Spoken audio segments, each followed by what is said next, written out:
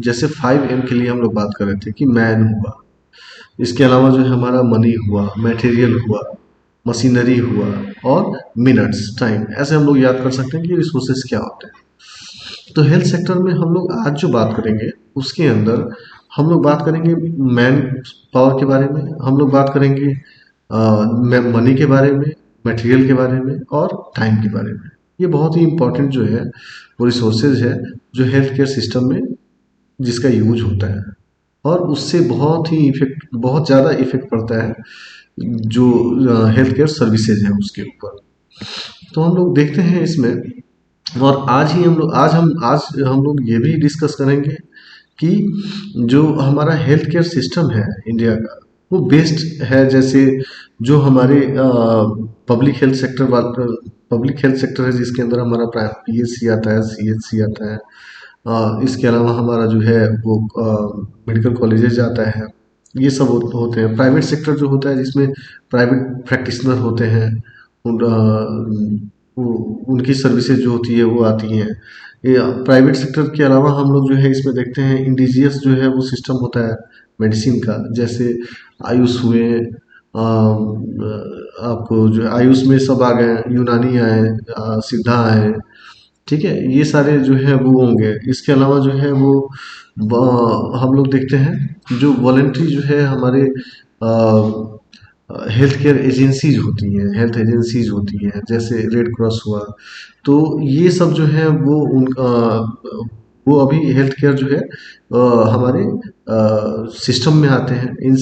इन सबको मिला करके हमारा जो ये पूरा का पूरा सिस्टम बनता है। हम लोग इसमें देखते हैं देखेंगे नेशनल हेल्थ पॉलिसीज को भी, और नेशनल हेल्थ पॉलिसीज को हम लोग इसमें देखेंगे, ये क्योंकि वो भी एक बड़ा एलिमेंट है हेल्थ केयर सिस्टम का। तो बारी बारी से हम लोग इसको देखते हैं, शुरू करते हैं।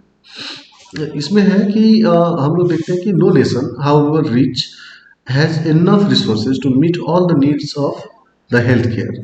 अब इसमें हम लोग ये देख रहे हैं कि कोई भी नेशन चाहे कितना भी साउंड क्यों नहीं है, उसमें उसके पास इनफ जो है वो रिसोर्सेज नहीं होंगे कि वो सारे के सारे जो है हेल्थ जो है नीड्स को अपने कंट्री का वो मीट पूरा कर सके। कोई नहीं है, चाहे कितना भी जो है एडवांस कंट्री हो और चाहे जो है कितना भी साउंड हो। Therefore an assessment of the available resources, their proper allocations and efficient utilization are important consideration for providing the efficient healthcare services। तो यहाँ जो पॉइंट है इसमें हम लोग देखते हैं कि जो असेसमेंट है, assessment of the available resources, ये बात जो हम लोग बोल रहे हैं, तो ये क्या चीज़ है कि जो भी हम रिसोर्सेज रखे हुए हैं, जैसे मान लीजिए कि हम किसी एक पॉपुलेशन के अंदर में और कंट्रासेप्शंस को हम लोग जो है वहाँ देने वाले हैं फैमिली प्लानिंग के लिए, तो हमारा यहाँ पे जो रिसोर्स हुआ कॉन्ट्रासेप्टिव्स हुआ, जो मेथड्स हम लोग वहाँ यूज करने वाले हैं, जो इंस्ट्रूमेंट हम लोग वहाँ यूज करने वाले हैं, जो पिल्स यूज करने वाले हैं, तो उसका हम लोगों को अपने रिसोर्सेज जो है उनका क्या होना चाहिए, असेसमेंट होना चाहिए कि हमको कितने का नीड है और वो पॉपुलेशन कैसा है, वहाँ का डेमोग्राफी कैसा है और वहाँ कितना नीड हमारा हो सकता है, ये एलोकेट हम लोग करते हैं वहाँ पे। और उसके बाद हम लोग क्या करते हैं, वहाँ पे कंसाइडर करते हैं अपने हेल्थ जो है वो सर्विस को प्रोवाइड करने के। तो यहाँ बहुत ही इंपॉर्टेंट पॉइंट है अपने रिसोर्स का जो है असेसमेंट करना। हम लोग अगर देखें कि जैसे बात कर रहे थे हम लोग इसमें कि basic resources of providing health care जो होता है हमारा, अगर हम लोग देखें तो हमारा हेल्थ मैन पावर है, मनी और मटेरियल है और टाइम है। इन तीन चीज़ों को हम लोग मेनली लेकर चलेंगे हमारे हेल्थ केयर रिसोर्सेज में। अगर हम लोग बात करें मैन पावर के बारे में, हेल्थ मैन पावर के बारे में, तो इसमें क्या होता है, दो तरीके का इसमें हम लोग ये बेस करते हैं। एक health need and demand of the population, जो हमारा पॉपुलेशन है वो क्या है, उसका नीड है, हेल्थ नीड कैसा है और उसका डिमांड कैसा है। और दूसरा ये है कि डिजायर आउटपुट, ये जो है हम लोगों को जैसे हम लोग कोई भी प्रोग्राम अगर रन करते हैं तो उस प्रोग्राम का हमको क्या आउटकम चाहिए, उसका आउटपुट कैसा चाहिए, ठीक है, इस पे वो चीज़ हमारा डिपेंड करता है। तो हेल्थ मैन पावर जो है requirements of any country based on these two things. First one is health need and demand of the population and another one is desire output. इसमें अगर हम लोग ये देखें कि हेल्थ मैन पावर जो होता है उसमें प्लानिंग बेस्ड ऑन हमारा कुछ रेशियो होता है जिसपे ये हमारा हेल्थ मैन पावर जो होता है, हेल्थ रिलेटेड जो मैन पावर होता है वो डिपेंड करता है। तो ये रेशियो क्या होता है? तो फर्स्ट रेशियो है doctor population ratio, another one is nurse population ratio and third one is bed population ratio. इस तरीके से हम लोग क्या करते हैं, ये पॉपुलेशन रेशियो निकालते हैं पर डॉक्टर, और यहाँ हम लोग देखते हैं कि कितने पॉपुलेशन के अंदर कितने डॉक्टर्स की जरूरत है, कितने पॉपुलेशन के अंदर कितनी नर्स की जरूरत है, और कितने जो है पॉपुलेशन के अंदर बेड की जरूरत है। हम लोग अगर एक जो है WHO का गाइडलाइन देखें यहाँ पे, तो यहाँ क्या है, जो डेवलपिंग कंट्रीज है उसके अंदर नर्स जो है पर जो है नॉर्म्स के हिसाब से एक नर्स जो होती है वो 5000 पॉपुलेशन के ऊपर होनी चाहिए। मतलब among 5000 population one nurse should be there. इसके अलावा जो है हेल्थ वर्कर जो है वो उसमें अगर हम लोग देखें तो वन पर 5000 पॉपुलेशन, और जो हिली और ट्रैवल एरिया होता है वहाँ पे ये जो है पॉपुलेशन जो है वो डिक्रीज करता है। जैसे 5000 पॉपुलेशन है वहाँ पे, अगर मान लीजिए नॉर्मल एरिया में, तो हम लोग हिली और जो हमारा डिफिकल्ट एरिया होगा वहाँ 3000 के पॉपुलेशन में होगा। तो हेल्थ वर्कर हमारा जो है वो पर वन पर 5000 पॉपुलेशन होना चाहिए। इसके अलावा हम लोग ये देखते हैं ट्रेन डाई, तो वो वन फॉर ईच विलेज, एक विलेज में वो होनी चाहिए। और हेल्थ असिस्टेंट जो होते हैं वो वन पर 30,000 पॉपुलेशन होना चाहिए। फिर वहाँ पे हिली और जो है डिफिकल्ट एरिया में 20,000 पॉपुलेशन का कॉन्सेप्ट आएगा। फार्मासिस्ट जो है वन पर 10,000 पॉपुलेशन होना चाहिए। लैब टेक्नीशियंस जो है वन पर 10,000 पॉपुलेशन होना चाहिए। और आशा जो होती है हमारे, आशा जो वर्कर होते हैं वो वन पर 1000 पॉपुलेशन होना चाहिए। ये एक जो सजेस्टेड नॉर्म है जिसके हिसाब से हम लोग देखते हैं जो हमारा मैन पावर है, हेल्थ मैन पावर है, उसको कैसे डिस्ट्रीब्यूट करते हैं। इसी तरीके से हम लोग आगे देखते हैं। आगे हम लोग ये देखते हैं कि इसमें एक बहुत ही बड़ा फैक्टर है ये मैन पावर का जो है माल डिस्ट्रीब्यूशन का। अब ये क्या टर्म है माल डिस्ट्रीब्यूशन? तो हम लोग क्या देखते हैं कि अगर हम लोग कंपेयर करें रूरल कम्युनिटी से अर्बन कम्युनिटी को, पॉपुलेशन को, तो यहाँ क्या देखते हैं कि जो हमारा अर्बन पॉपुलेशन है उसके अंदर हमारा हेल्थ सिस्टम फैसिलिटी जो होती है वो ज़्यादा होती है in compare to rural population. तो इसमें स्टडीज बताता है इंडिया के अंदर जो है वो हम लोग कंसंट्रेशन ऑफ डॉक्टर्स देखते हैं up to 73.6% in urban area. तो हमारा जो है वनली आप देखें कि वनली जो है आपको 26 के अराउंड परसेंट जो है वो हमारा रूरल एरिया को कैटर कर रहा है। और जबकि आप देखें तो अर्बन एरिया टोटल पॉपुलेशन का, इंडिया के टोटल पॉपुलेशन का सिर्फ 26.4% ही है। लेकिन वहाँ जो है सर्विस, हेल्थ सर्विसेज हमारी वो 73-74% तक जो है, और वो भी डिस्ट्रीब्यूटेड जो है वो उसका अरेंजमेंट जो है वो माल डिस्ट्रीब्यूटेड है। देख रहे हैं कि क्या हो रहा है यहाँ पे रूरल में और अर्बन में एक बहुत बड़ा डिफरेंस दिखाई दे रहा है हेल्थ सर्विस का। This maldistribution is attributed to absence of amenities in rural area. ये हमको उसका जो है वो डिफिकल्टीज दिखाई देगा। क्या हुआ? एब्सेंस ऑफ एमिटीज हुआ। और इसके अलावा जो है रूरल एरिया में lack of job satisfaction, health service नहीं है, जॉब सेटिस्फेक्शन वहाँ नहीं होगा, प्रोफेशनल आइसोलेशन होगा वहाँ की, और लैक ऑफ रूरल एक्सपीरियंसेज होगा। इसके अलावा जो है inability to adjust in rural life, क्योंकि वहाँ हेल्थ फैसिलिटी नहीं है, बेसिक चीज़ ही नहीं है। तो वहाँ हम लोगों को ये सारे डिफिकल्टीज भी देखने को मिलते हैं।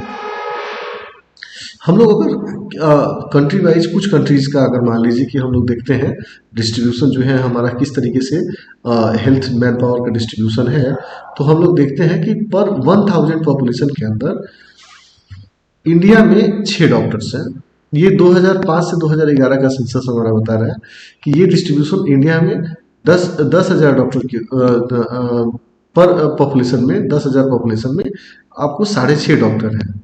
और वहीं हम लोग देखते हैं यहाँ थाईलैंड को देख रहे हैं कि 10,000 पॉपुलेशन में 21 डॉक्टर हैं यहाँ पे। अगर बेड्स के हिसाब से हम लोग देख रहे हैं तो 10,000 पॉपुलेशन के अंदर में 9 बेड्स हैं इंडिया के अंदर में, और थाईलैंड में हम लोग यहाँ देख रहे हैं 21 बेड्स हैं। वैसे ही हम लोग यहाँ देख रहे हैं, क्योंकि यहाँ जो है हम लोग अपने कंट्री को और दूसरी कंट्री में जो हाईएस्ट जा रहा है उसको देख रहे हैं। नर्स और मिडवाइफ जो है वो 10,000 पॉपुलेशन के अंदर में हमारे यहाँ 10 हैं, और थाईलैंड में यहाँ हम लोग देख रहे हैं 53 है। तो ये पॉपुलेशन की वजह से भी हो रहा है, जहाँ पॉपुलेशन ज़्यादा है, जहाँ क्राउड ज़्यादा है, वहाँ हम लोग को सर्विसेज भी यहाँ पे ये हो रहा है। लेकिन हेल्थ सर्विस को इम्प्रूव करना है, जो हमारे अभी का जो हेल्थ फॉर ऑल का जो हमारा WHO का ये है, आपको जो है गोल है, उसको अचीव करने के लिए इन सब सारी चीज़ों को बढ़ना जरूरी है। ये सारे मैन पावर जो है वो बढ़ाए जा रहे हैं धीरे धीरे। इसके अलावा अब हम सेकेंड जो है रिसोर्स के ऊपर जब आते हैं तो मनी और मटेरियल है।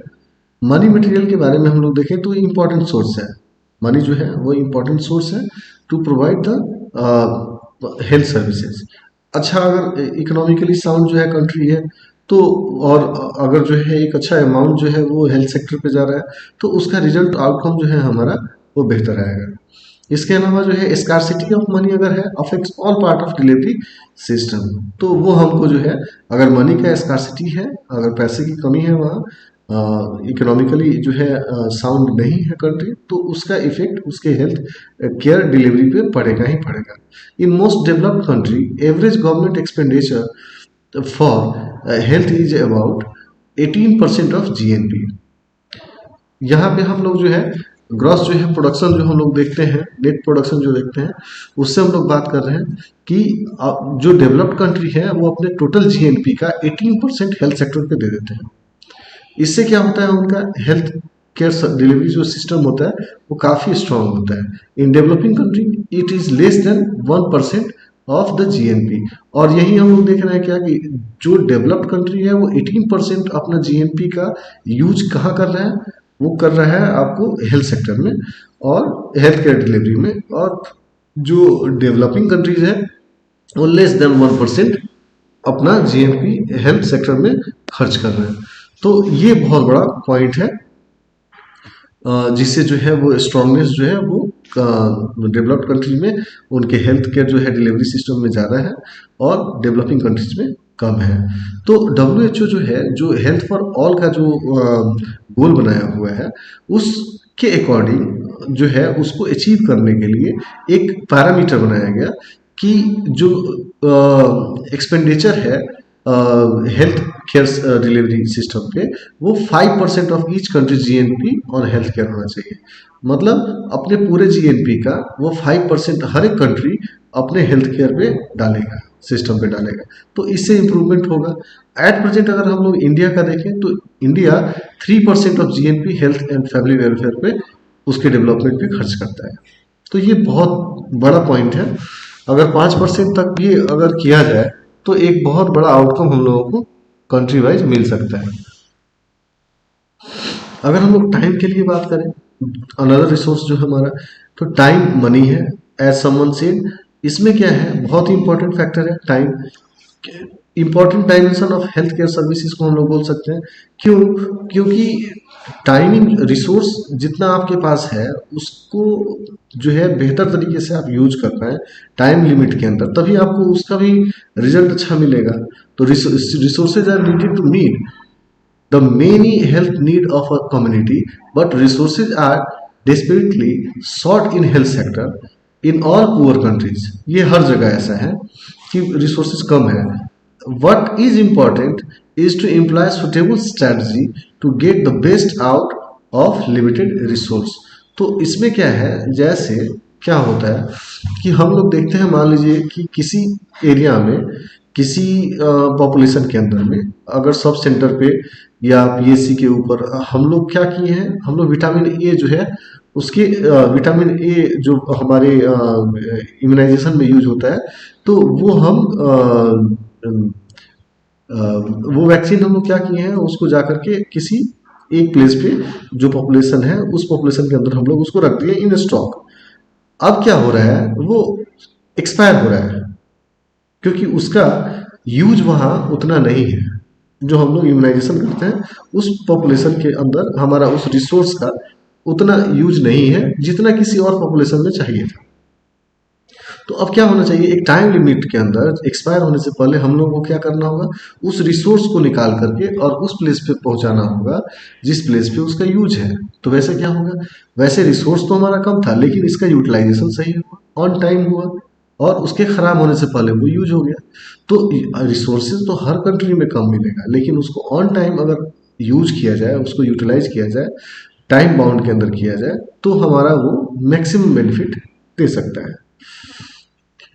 हम लोग देखते हैं हेल्थ केयर सर्विसेज के बारे में अगर हम लोग बात करें तो इसमें हम लोग देखते हैं कि the purpose of health care services जो होता है, ओवरऑल अगर देखेंगे कि हमारा हेल्थ केयर सर्विस का मेन पर्पस क्या होता है, उसका गोल क्या होता है, तो ये होता है कि हर एक कंट्री का मोर्टालिटी है या मॉर्बिडिटी है उसको रिड्यूस कर देना और increase in expectation of life. जो हमारा एक्सपेक्टेशन ऑफ लाइफ है, लाइफ स्पेन है, उसको इंक्रीज करना, बढ़ा देना। Decrease population growth rate, growth rate जो है उसको कम करना ताकि हमारे यहाँ जो है वो इकोनॉमिकली जो है वो कंट्री साउंड हो सके। इसके अलावा जो है वो हमारा ग्रोथ रेट कम रहेगा तो इसमें ये चीज़ हम लोग को देखने के लिए मिलेगा कि सबसे बड़ा चीज़ तो यही होगा कि पॉपुलेशन कम होगा, पॉपुलेशन कम होगा तो फैसिलिटीज़ बढ़ेंगी, ठीक है, और एक साउंड कंट्री बनेगा। तो पॉपुलेशन जो है वो हमारा ग्रोथ उसका उसको डिक्रीज करना, इम्प्रूवमेंट जो है, इम्प्रूवमेंट इन न्यूट्रिशनल स्टेटस उसको बढ़ाना, इम्प्रूव करना न्यूट्रिशनल स्टेटस को, बेसिक सैनिटेशन को इम्प्रूव करना, हेल्थ मैन पावर रिक्वायरमेंट जो है, रिसोर्सेज जो है उनको बढ़ाना और फूड प्रोडक्शन जो है उसको बढ़ाना रिसोर्सेज में, लिटरेसी रेट को बढ़ाना और पॉवर्टी को जो है के लेवल को वो कम करना। तो ये सारी चीज़ें जो है वो एक ओवरऑल हम लोग बात करें तो जो मेन हमारा हेल्थ केयर सर्विसेज का गोल है वो ये सारी चीज़ें हैं। तो हम लोग इसमें देखते हैं कि जो भी हम लोग सर्विस दे रहे हैं उसका हमारा रिजल्ट आउटकम जो है इसी सेंस में आएगा, ठीक है। इसके अलावा आगे हम लोग ये देखते हैं कि जो हमारा प्राइमरी हेल्थ केयर है उसमें उस वो क्या होता है, प्राइमरी हेल्थ केयर जो हमारा फॉर्म्स जो है ये इंटीग्रल पार्ट है पूरे कंट्री के हेल्थ सिस्टम का और वो बेस्ड होता है 5 चीज़ों पे। एक कॉम्प्रिहेंसिव जो है हमारा उसका स्ट्रक्चर होना चाहिए, एक्सेसिबल होना चाहिए, इजीली एक्सेसिबल होना चाहिए, कम्युनिटी से एक्सेप्टेबल होना चाहिए, कम्युनिटी उस चीज़ को एक्सेप्ट करे ऐसा होना चाहिए।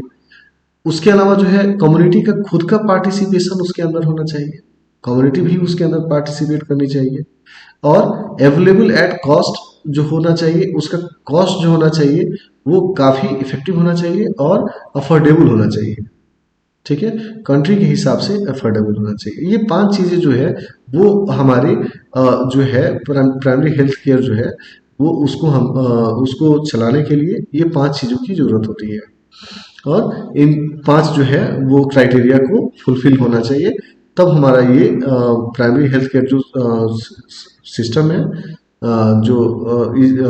ये हमारा इफेक्टिव होगा। अगर हम लोग बात करें इंडिया के हेल्थ केयर सिस्टम के बारे में तो ये बनता है 5 चीज़ों से। जो हेल्थ केयर सिस्टम है वो पहले हम लोग इसमें देखेंगे तो पब्लिक हेल्थ सेक्टर होगा जिसमें गवर्नमेंट के सारे जो है वो सेक्टर्स आ जाएंगे, जिसके अंदर आएगा आपको अगर विलेज लेवल पे देखेंगे तो आंगनबाड़ी आएगा, विलेज हेल्थ गाइड आएगा, ठीक है, उसके बाद आपको सब सेंटर्स आएंगे, फिर आपको जो है वो पीएचसी आएगा, उसके बाद सीएचसी आएगा, कॉलेजेज आएंगे, मेडिकल कॉलेजेज गवर्नमेंट के। तो ये पब्लिक हेल्थ सेक्टर्स के हमारे हेल्थ केयर सिस्टम के अंदर जो है पब्लिक हेल्थ केयर सेक्टर्स हुए।